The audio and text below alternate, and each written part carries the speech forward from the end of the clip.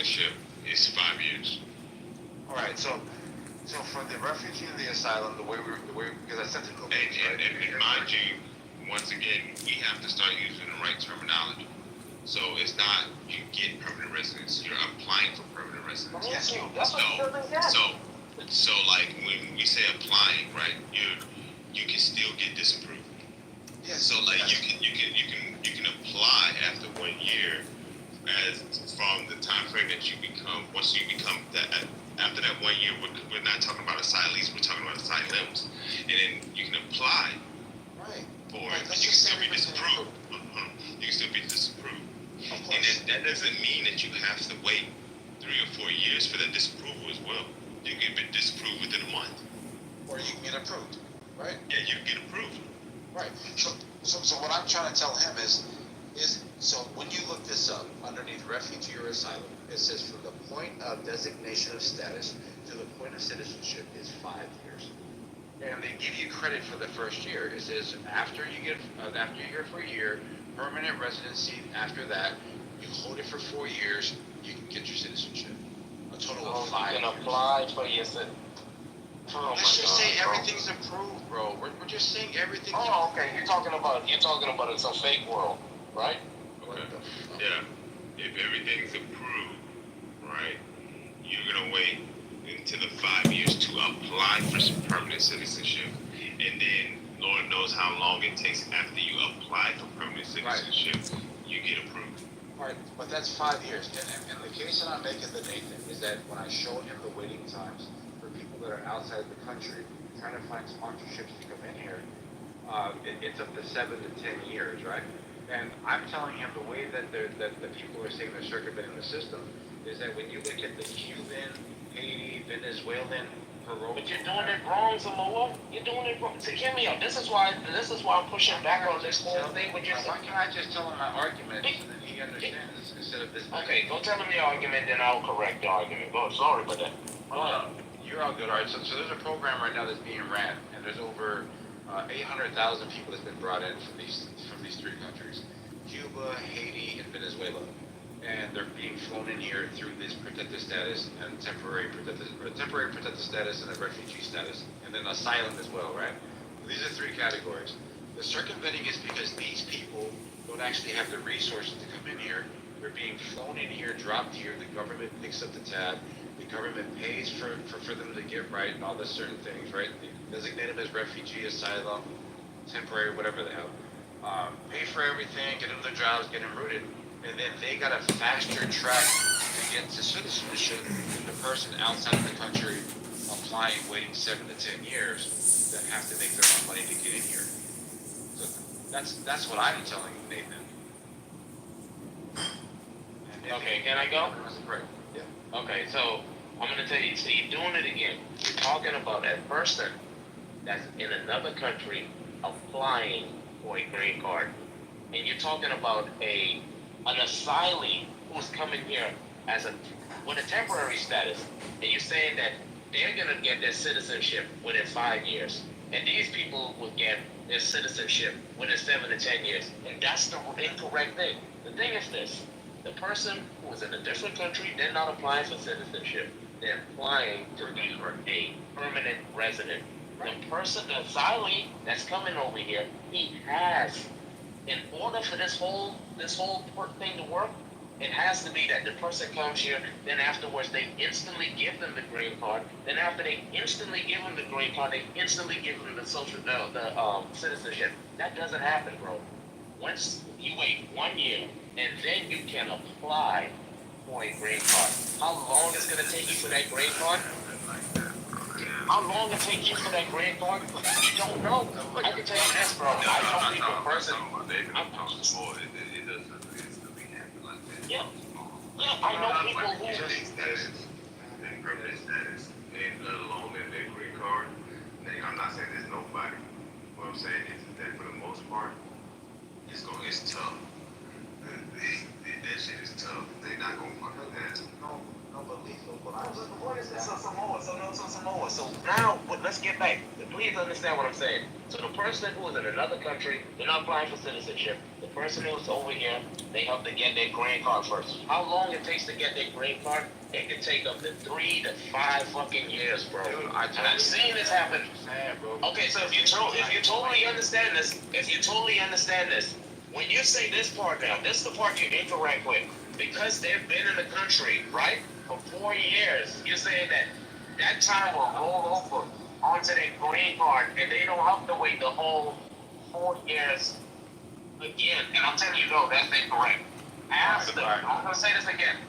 After they get their green card, after they apply for their green card, and they get their green For card. getting citizenship. Oh my Like, God, who killed the like you have to After they apply for it, I've already sent them all of it already. It's Samoa. Samoa, let this go. You have to be able to read and speak in English. So like you don't have to have Let me just land the plane. So Samoa, after you get the green card, Samoa, then you apply 4 years. After 4 years, after when you put the green card in your hand legally, 4 years after that, right? Because there's an expiration date on it. There's a date when you received it. 4 years after that date that you receive it, then you can apply. And that's what they're for. How long you have with green card holders? Okay, then. Yeah, I hear what you're saying. So just real quick though, right? So the people that are out of the country, right, like they have to, remember we're talking about the burden on the taxpayer. So this is my focus on the burden of the taxpayer, okay? So the people that are coming in here, they have to be able to be self-sustaining, right? And they're they're applying for permanent residency from other countries. So that's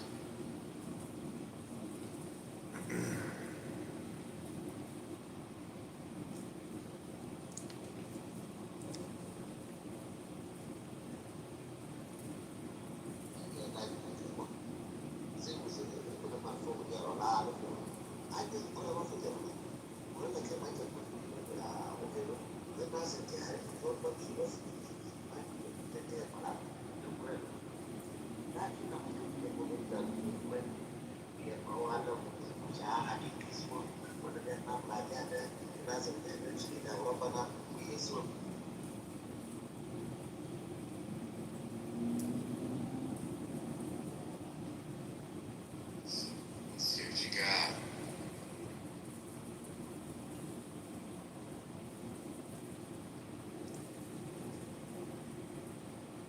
Nice. Some Spider-Mans. Is that the Doctor? Nice. Thank you for putting my name on that. You can send it to me. Is that Doctor Doom or Doctor Octopus? No, that's Scorpion, first episodes. God, what's his name again? Doctor Doom. No, straight. Oh, so it says it right there, Mysterio, yeah. That's really cool. I didn't know they had nice things in Australia. I saw they had really crazy animals. No, this was like a rare find. So I worked with Yeah. a guy. He came across this collection. He had like the first Captain America, I bought that. First Sandman, Doc Ock, Rhino, first Silver Surfer. He had all these first appearances, first keys, but if I started buying them, it would just take it would like they're rare to come by here, but back then you could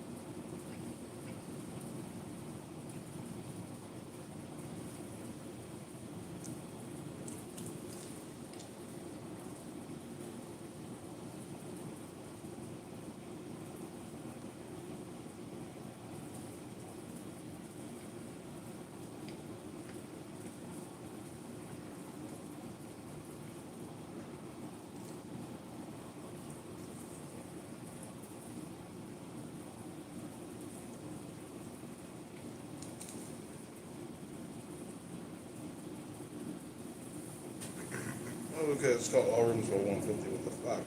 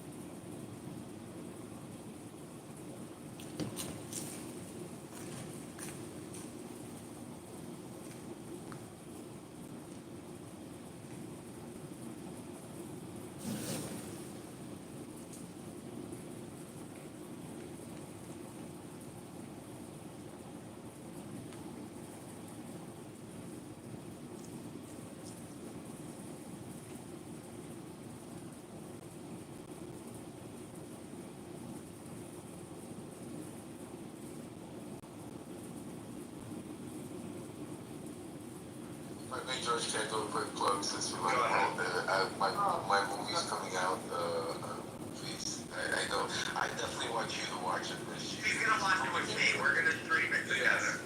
What platform is it streaming on, Mark? It's on MSNBC, 9 p.m. on Friday. Lev, I'm so excited for you. I'm just so excited. I've been watching the clips. Real quick, I think it's look, it's not a surprise to a lot of you. I watch MSNBC, but I've been saying this for years. Nobody listens to me. I have this, and like, you know, Steve, you used to know Steve Bannon, right? Left. Oh, I was muted for somebody. I'm sorry, George. Yeah, absolutely. I know. Steve Bannon's entire doctrine is always watch the opposition because they're always ahead of you, and they set the narrative. And Fox News is always a day behind because they're reactionaries. So I have only watched CNN and MSNBC for probably the last 2 years.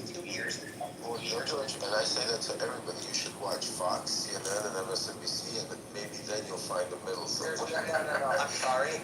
I've tried that theory, and I've learned that they all three exist in alternate realities, and All three, I agree when with you. you're in each channel, you're in a different dimension, it's a different universe, and you're just like, wait, what? And because they have the unique ability, all three networks, of taking a piece of information and disseminating it in such stark difference of opinions from one another.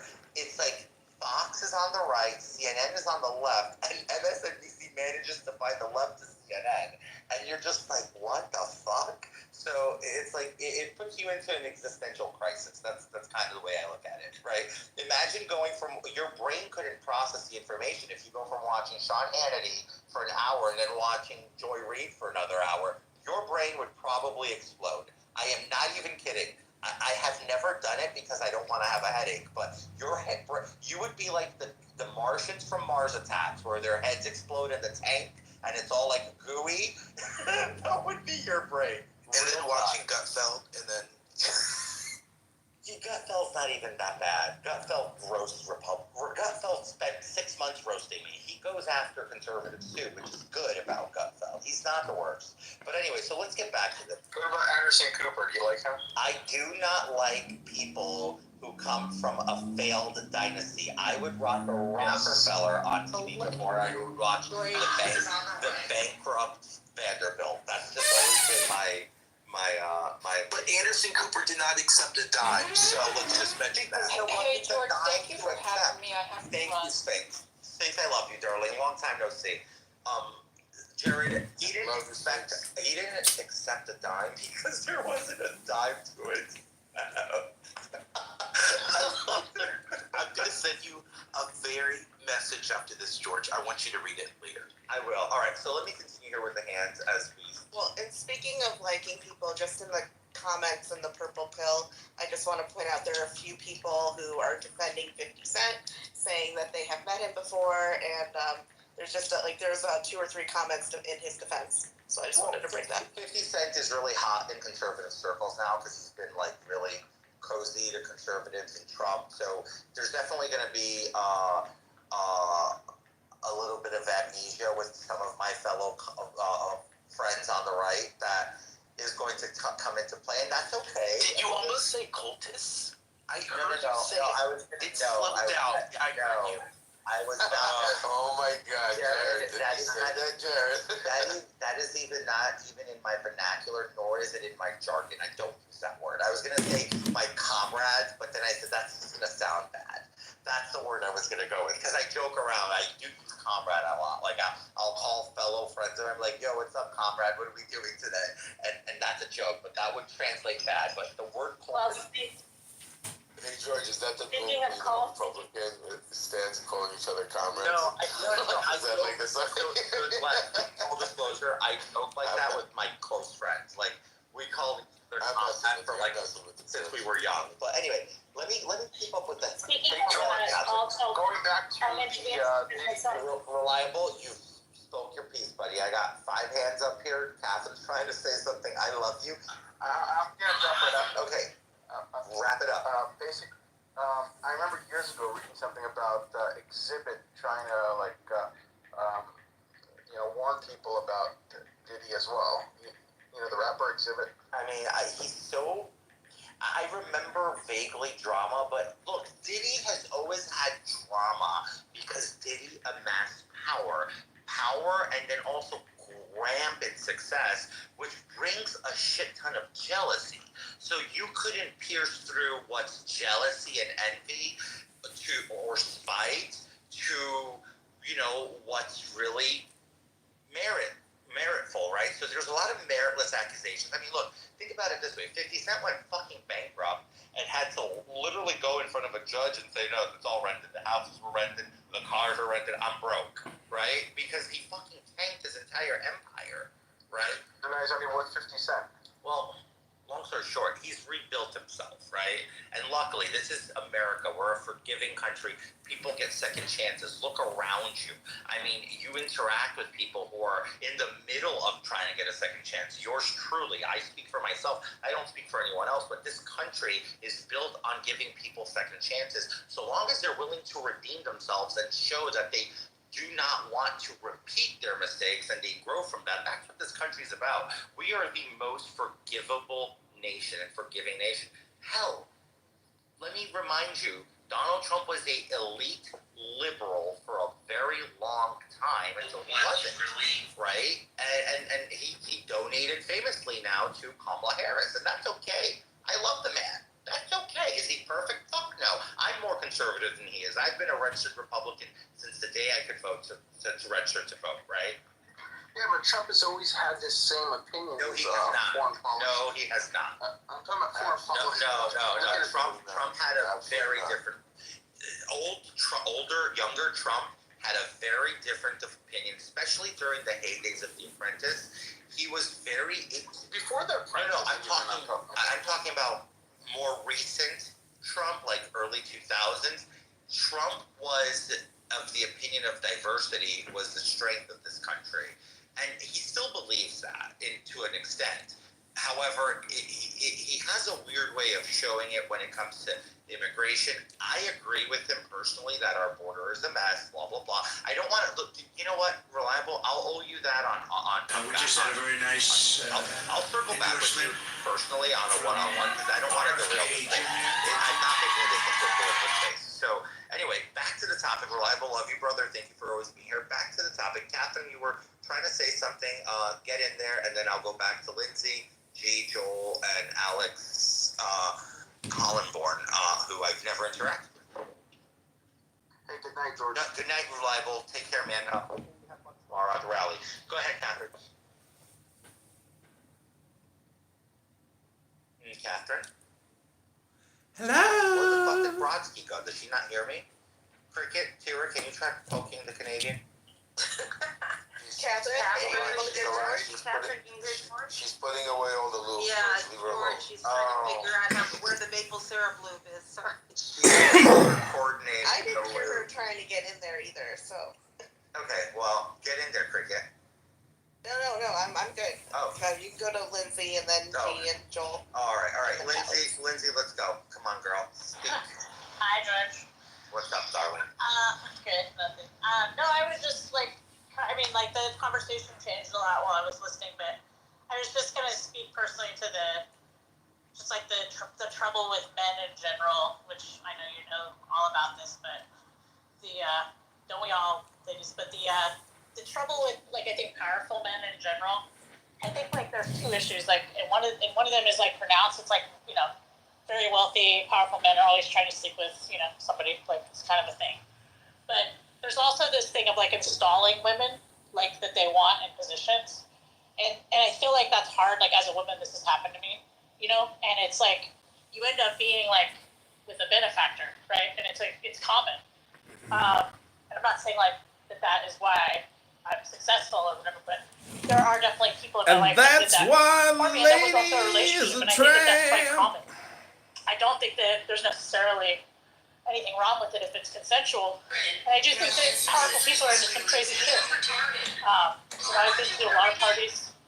My husband has as well back in the day, and I've seen a lot of things too, and things that I wish that I didn't walk in on, or wish that I wasn't invited to. And sometimes when you go to a party, obviously you're not expecting there to be something else going on in the bathroom. We also go to the club, and there's always things going on in the bathroom or in a car outside. They have nothing to do with you. You don't condone those things, but it's happening. It's happening a lot. And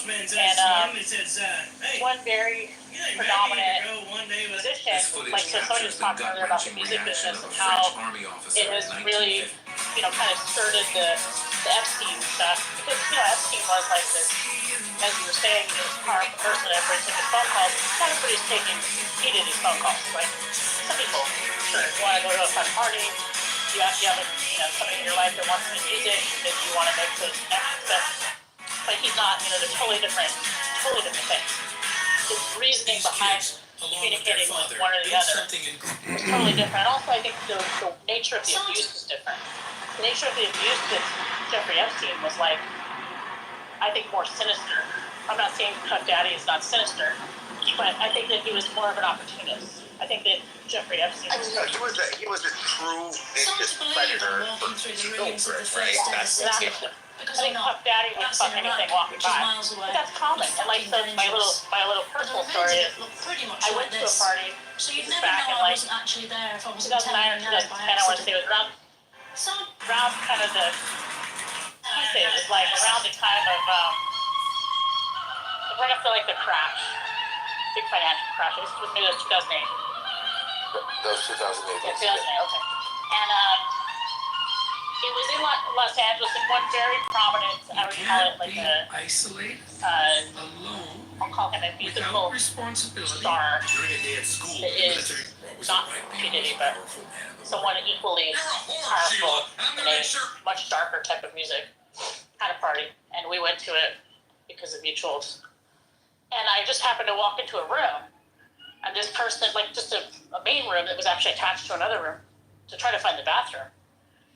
This person was masturbating toward me. Fully, right? And it was this actual person that you guys would all know and recognize. And it was horrifying. Absolutely horrifying.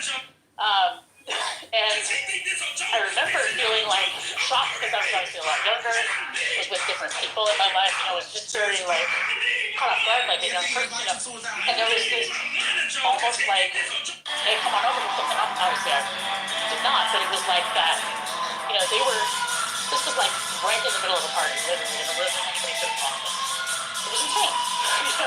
So just saying these kinds of all things to a colorful party here and there in our lives, right? But you're literally not expecting that. So all I'm saying is that you could have been in the wrong place at the wrong time, something like that. It's quite damaging. It's quite damaging. So when people start coming out and talking about this person, it was very easy for me to obviously believe them because of what I'd actually seen with my own eyes. And the kind of people that were at that party partaking. Because you would see different after that. I left, obviously stay. I went to the bathroom, ran back, told my spouse at the time what the fuck was going on. It was kind of trying to get out of it. But you'd see people go in there and come back out.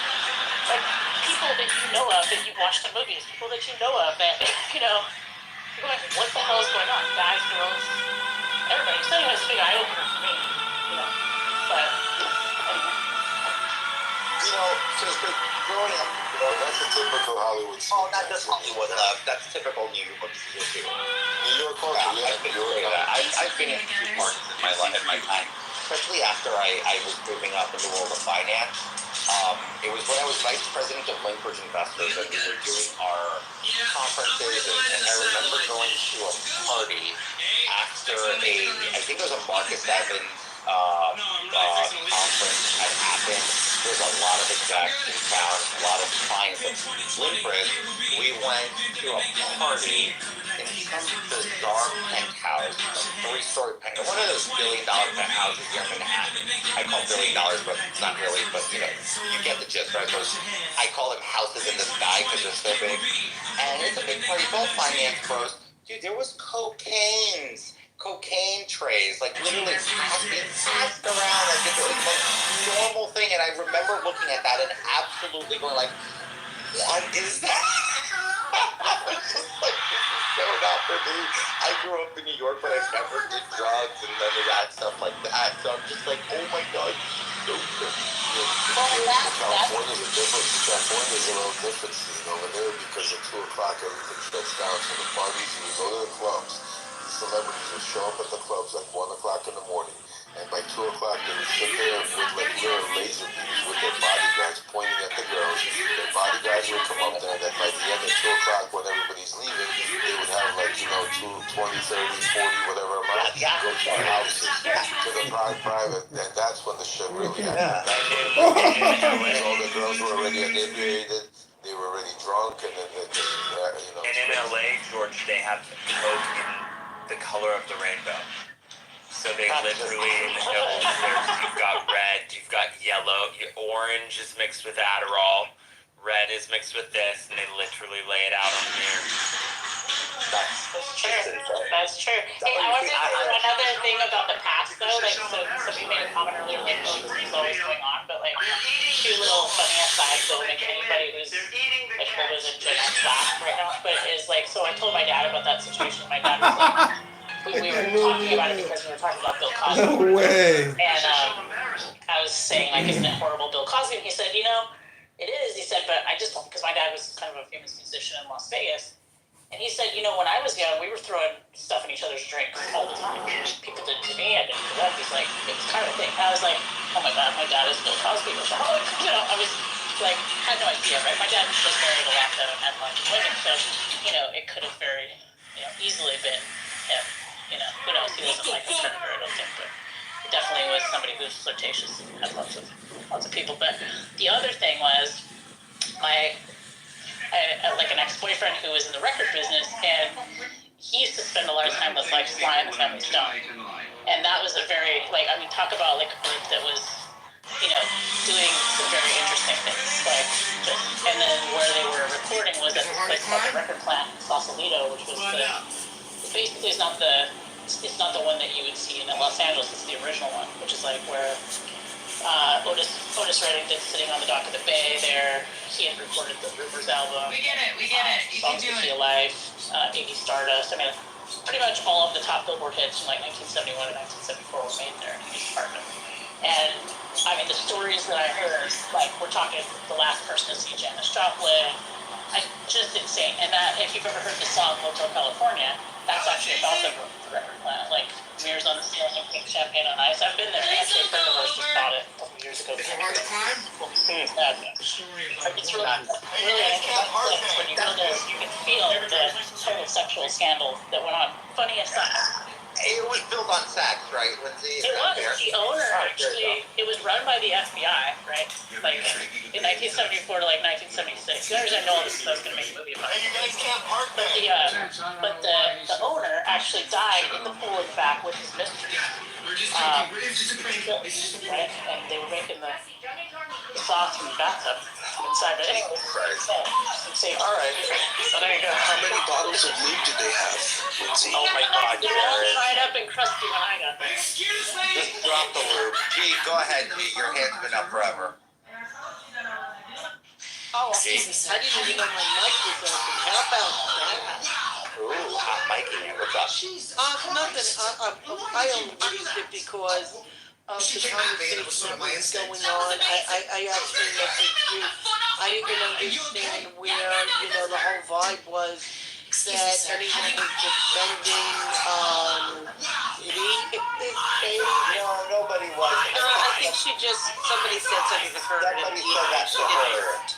Yeah, I think somebody baited her, or somebody really has bad listening skills and interpretation skills in this down there. Hey, none of that happened. Yeah, no, and thank God the space is recorded, so everybody can listen back to it. I mean, look, I've been hammering Diddy now for quite some time. I would not allow anybody to defend it here, so I've been very, very clear on what side I stand on the Diddy stuff. So I don't know where that came from for Sphinx, but I'm glad that she came, and I saw that was the case. Oh yeah, no, listen, dirtbag, gonna get what he deserves, and I still stand on, limitations should remain in all states regarding, sexual assault, and, I'll leave it there. Love you, T. All right, Alex, you've been waiting a long time. Like, you're new to me. You're new to this crew, I think. Don't forget about Joel, too. His hand gets stood up for quite some time. Well, Joe, I kind of try to be like, if you already spoke, I'll kind of second tier you because Joel's already spoken. So Alex has been like silent, and then we'll go to Joel, then we'll go to Aiden, and then Self. All right, go ahead, Alex. You're up. Alex. Can somebody hear us drinking? Alex, can you hear George? Alex, you want to speak? No. Okay, all right. Guess not. We'll remove him and open space for someone else. There you go. I'm very practical. Aiden, go ahead. Oh, I think George was informed. No, it's alright. I'm with George. I want to hear some new heads. Oh, cool. All right, go ahead. Sweet. You see, Canadians are so easy. That's why I like Catherine and Joel. Did he defer back to me? He did. He yielded this time to you, Aiden. God, there were so many topics I got comments on, and now it's just like. Let's start with one. I live in LA, and you said power does stuff to people, and it's true, power can corrupt. But also the other way around is true. Power does attract certain type of people. Oftentimes we see that in the current political arena. Okay. And not everybody who's wealthy and powerful behaves the way that we're seeing these individuals right now in media. I've known high net worth individuals who are doing that, and I've known high net worth individuals who are very, very family oriented, don't go out. It just honestly, at the end of the day, it comes down to how you're raised. But you are going to see a bigger concentration of the people that are more likely to be easily corrupted because maybe they pursue power themselves. Okay. Now, P. Diddy, honestly, I couldn't name a song of his. I know he's a big shot, but I've always found him to be incredibly gaudy. And I don't know, man. I don't want to, not to sound judgmental. You're free to wear whatever you want, but if you're wearing a fur coat and diamonds and God knows what, I can't look at you. You're just. Well, he was flamboyant, right? That was his way of expressing his flamboyant. That closet queen energy of this. Right. And I think maybe that combined with, wanting to show off. I don't know. I was raised different. It's a little too much for me. And to me, again, personally, it spoke a lot about his character to walk around with all his bling the fur coats and whatever. But that's just my personal opinion. It's just garish and as what we always would refer to the Uber Eats class, right? Like, you never had money, you run into money, and then I've never been able to wear this or that. I'm just going to wear it all. And you walk out looking like, look, you can go in for a Mez and walk out looking sophisticated, but you can also go in for a Mez and walk out looking like an absolute train wreck. 100%. You're wearing $50, but you look like an absolute fucking train wreck. So it's indicative more of that, I think. That hero violator being garish, tacky, and gaudy. I'm not manner of taste, and I did, not that I did business with, but I did have business interactions with Brett Ratner. He had a whiskey that he started launching and he reached out to me to kind of get it, not distribute, but to give it some visibility. And I sat down with him. We had a mutual celebrity, a friend, and he started telling me his war stories right off the bat during this meeting with other gentlemen around. And I'm like, in my head, I'm like, man, this guy's such a, he's a creep. I mean, he's sitting here talking about all this stuff. And I didn't mind. I mean, guys talk often with each other. I talk to my boys about stuff, but the way he was, it just seemed kind of really, I don't know. I wasn't surprised when the allegations were thrown against him. And then I put something together, an activation for visibility for his whiskey. And then he hits me up and he's like, yo, man, where are the chicks? Like, where are the girls? And I'm like, dude. He's like, yo, call a buddy of mine. I'm like, oh, I can't do this anymore. This is just a little ridiculous. So I wasn't really surprised. But you got to remember, people like Brett, there's a lot of them in the industry in LA and Hollywood. And Hollywood doesn't, in my opinion, doesn't really turn them into that. They get into Hollywood because they are that to begin with. You know what I'm saying? I remember when I was in college, I'd have like friends of mine like, oh, I met this photographer. He's gonna like take pictures and make me famous. All this kind of stuff. I'm like, there are a lot of people that get into this business because they want to get laid, they want to feel special, they want the attention from the women, and then once they get into any kind of position, they leverage that. So I think, yeah, some of them get corrupted, but I really do believe that the majority just already have that, they're just that kind of person. And I see it all the time. I have female friends here in LA. I have former staff that come up, oh my God, this guy just gave me his number and told me he's financing a movie for $20 million to come over his place to read it. And they laugh at that shit, But also to add on to that, some of these people who are already, this type of person, they become more fortified in their pursuit because for two reasons. One, unfortunately, there are a lot of desperate people that are naive or innocent and are easily leveraged and taken advantage of. So that's one, so they can get away with it. And two, there's also, even though it's smaller, there are people that give themselves up for that. I mean, there are people that straight up will just dress a certain way and willing to do whatever it takes to get in. So now these guys have this big ego, they think they can get away with this shit, and that's another problem too. No, but you know what I'd say? Egos aren't necessarily just attributes of powerful and rich and famous. It's attributes to a lot of people. I mean, I've seen even on this platform here, people who might have, and I'm just going to throw this around, Nathan, 200,000-300,000 followers. Their ego is as if like they walk with their legs wide open and they're falling. It's like, stop. Ego easily gets inflated in a way that is completely wise. Like, it's... Oh, is it you're saying I should close my legs now when I start walking? Oh, dear God. But also, real quick, as Vicky said, I can't speak to his character because I don't know him that well, or at all, really. But I did have one interaction. We also had the launch of champagne and cognac, and a meeting was set up with me and him. And you guys already know that half the celebrities in the world all are trying to have their own spirits and their own. I mean, it's isn't he involved with Hennessy? They might be distribution for him, or they might carry his brand. I don't know. No.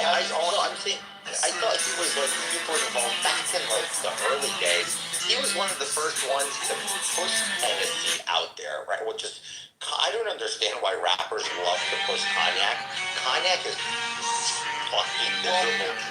Well, I did tell him that. So we had the meeting about the champagne, and the champagne was like, he tried to debate and all that stuff.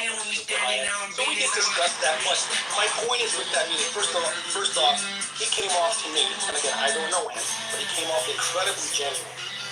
And when you consider the volume of celebrities who own products like this, he was only one of two celebrities that probably, I'm not going to exaggerate if I say 50 products. One of the only two that actually came to me in person to try to push his product, and I really found that admirable. I mean, the guy went out of his way, used his time to come meet with the people that were going to be assisting him or helping him to further his product. And again, from just from me talking to him, I really did find him to be honest and genuine, and again, I don't know what his history is. I think you can be honest and genuine and also be an asshole to women at the same time, and they're not. True. So I mean, look, again, I'm biased because, and I said this earlier, my friends on the right and myself are going to have a little amnesia because it's convenient, because he is cozying up to the conservatives a little bit. And look, it's election season. I hate to underscore any kind of violence. I'm going to share something with you guys that's really recent. It's 3 days old. 4 days. 4 days ago, I almost got arrested myself because, and I'll tell you why. My sister, who is now divorced, her ex, she tries to maintain a amicable relationship with her ex-husband because of their daughter. She has a 6-year-old autistic daughter with him. So she tries to. The reason they split was because he was abusive, right? Physically and verbally and mentally in so many ways. 4 days ago, something unbeknownst to